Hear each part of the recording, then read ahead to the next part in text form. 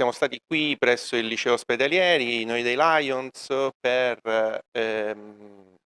sensibilizzare all'interno del liceo Ospedalieri appunto i ragazzi sul tema dei tumori. Infatti il progetto Martina è un service pluriennale dei Lions che proprio riguarda la sensibilizzazione dei ragazzi sui tumori, che è un tema molto importante.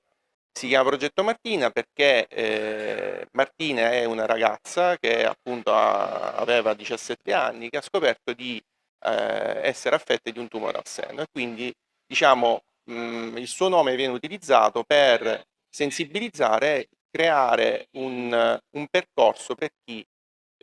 sfortunatamente sarà affetto da questa malattia.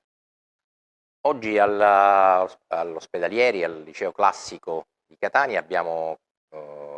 ci siamo confrontati con 5 classi e abbiamo parlato della prevenzione dei tumori e della ricerca in oncoematologia pediatrica.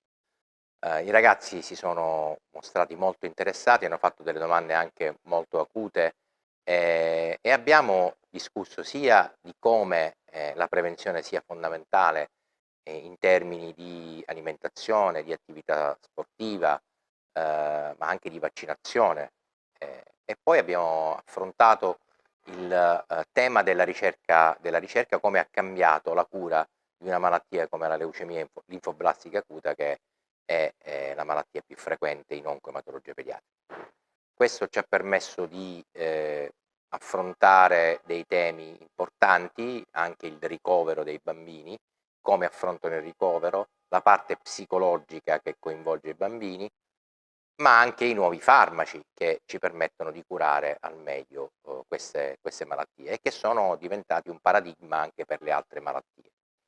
I ragazzi si sono mostrati, come ho detto, interessati, qualcuno vuol fare il medico, e abbiamo avuto anche una testimonianza diretta di ciò che ho detto nel pubblico, con un ragazzo che è stato mio paziente.